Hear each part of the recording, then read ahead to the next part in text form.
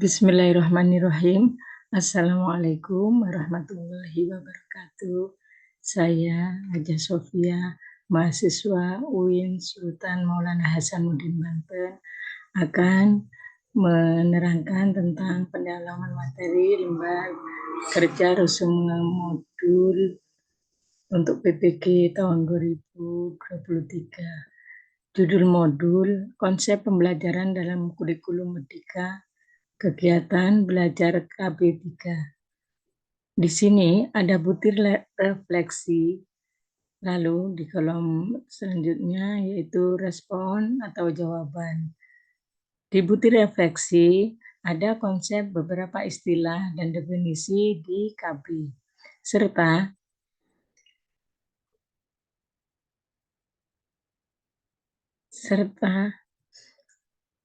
di respon jawaban saya akan mencoba tentang A, prinsip pembelajaran, yaitu dalam pasal 3 Undang-Undang Nomor 20 Tahun 2003 disebutkan bahwa pendidikan nasional berfungsi mengembangkan kemampuan dan membentuk watak serta peradaban bangsa yang bermartabat dalam rangka mencerdaskan kehidupan bangsa, bertujuan untuk berkembangnya potensi peserta didik agar menjadi manusia yang beriman dan bertakwa kepada Tuhan Yang Maha Esa dan menjadi warga negara yang demokratis serta bertanggung jawab. Untuk mencapai profil pelajar Pancasila perlu terwujud pembelajaran yang mengandung prinsip-prinsip sebagai berikut. A. Berbasis tingkat pencapaian peserta didik, kebutuhan belajar, karakter, dan perkembangannya. Yang B. Berorientasi kepada pembangunan kapasitas belajar peserta didik dan kapasitas mereka untuk menjadi pembelajar sepanjang hayat. Yang C. Mendukung perkembangan kognitif dan karakter peserta didik serta holistik dan berkelanjutan. Yang D. Relevan, yaitu pembelajaran yang dirancang sesuai konteks kehidupan. Dan yang E. Pembelajaran berorientasi pada masa depan yang berkelanjutan. Tadi yang A sudah kami jelaskan, itu semua adalah untuk mencapai profil pelajar Pancasila. Dan sekarang yang B, keterkaitan antara pembelajaran asesmen. Ada beberapa hal yang secara tegas membuktikan keterkaitan pembelajaran dengan asesmen, yaitu diantaranya asesmen dikembangkan sejak awal perencanaan pembelajaran, sehingga kegiatan asesmen perencanaan pembelajaran terintegrasi dan berkaitan erat dengan pembelajaran. Yang kedua, rangkaian antara asesmen perencanaan pembelajaran kegiatan belajar adalah suatu siklus yang berkelanjutan. Yang ketiga, keterkaitan antara tujuan pembelajaran dengan asesmen yang dirancang termasuk dengan kriteria penilaian hasil belajar siswa.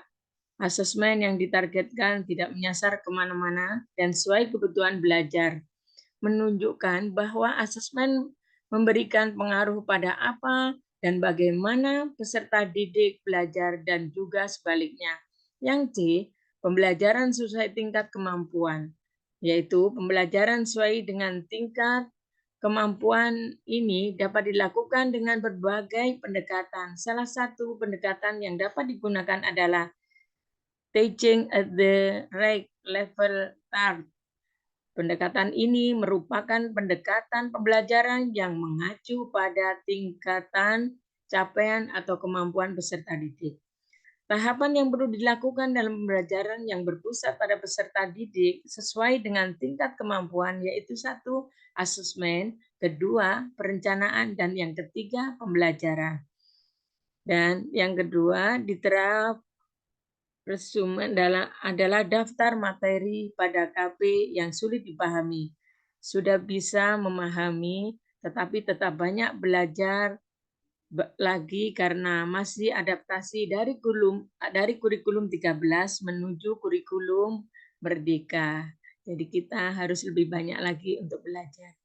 Yang ketiga, daftar materi yang sering mengalami miskonsepsi dalam pembelajaran, insya Allah tidak ada.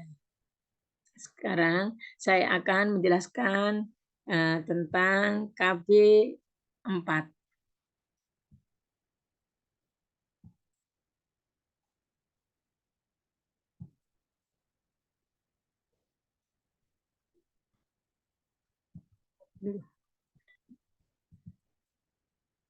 Di dalam KB 4 ini, pendalaman materi lembar kerja resume model, yaitu butir refleksi dan respon jawaban. Di dalam butir refleksi ada konsep, beberapa istilah, dan definisi di KB.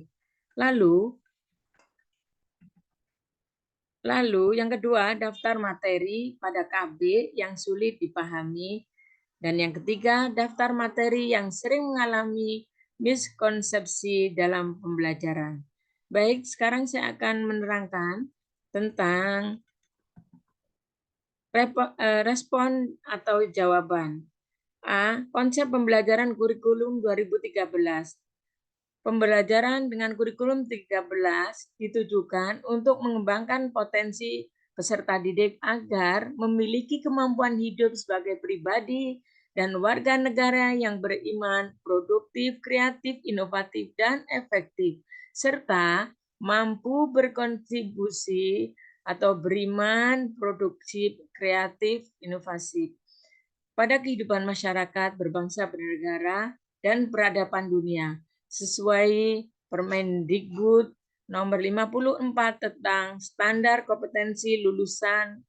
Kompetensi yang diharapkan dapat dimiliki peserta didik adalah satu, sikap, yaitu memiliki perilaku yang mencerminkan sikap orang beriman, berakhlak mulia, berilmu, percaya diri, dan bertanggung jawab dalam berinteraksi secara efektif dengan lingkungan sosial dan alam, serta menempatkan diri sebagai cerminan bangsa dalam pergaulan dunia. Yang kedua, pengetahuan, yaitu memiliki pengetahuan faktual, konseptual, prosedural, dan metakognitif dalam ilmu pengetahuan, teknologi, seni, dan budaya dengan wawasan, kemanusiaan, kebangsaan, kenegaraan, dan peradaban.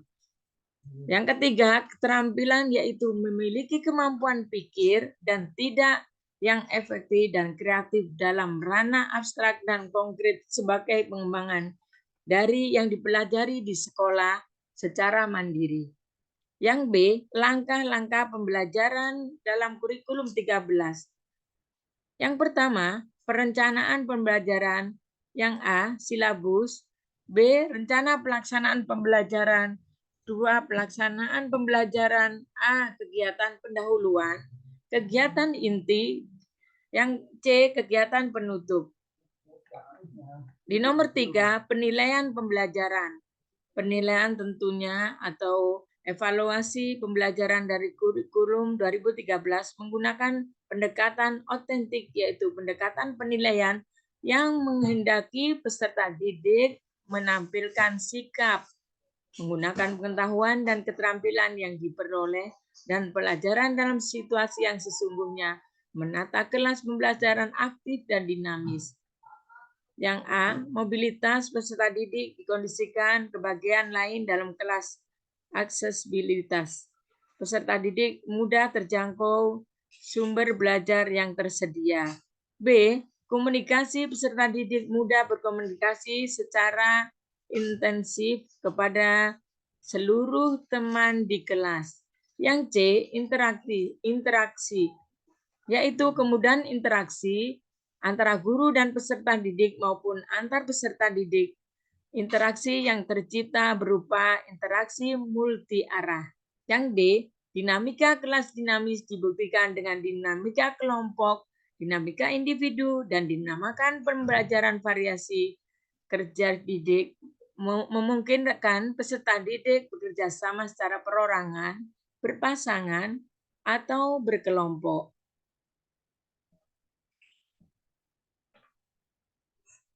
Dan Daftar materi pada KB yang sulit dipahami, alhamdulillah sudah paham semua, insya Allah dari konsep dan langkah-langkah dalam pembelajaran. Yang ketiga, daftar materi yang sering mengalami miscommunication dalam pembelajaran tidak ada. Sekian pemaparan saya tentang KB 3 dan KB 4. Semoga bermanfaat. Dari saya mohon maaf lahir batin. Assalamualaikum warahmatullahi wabarakatuh.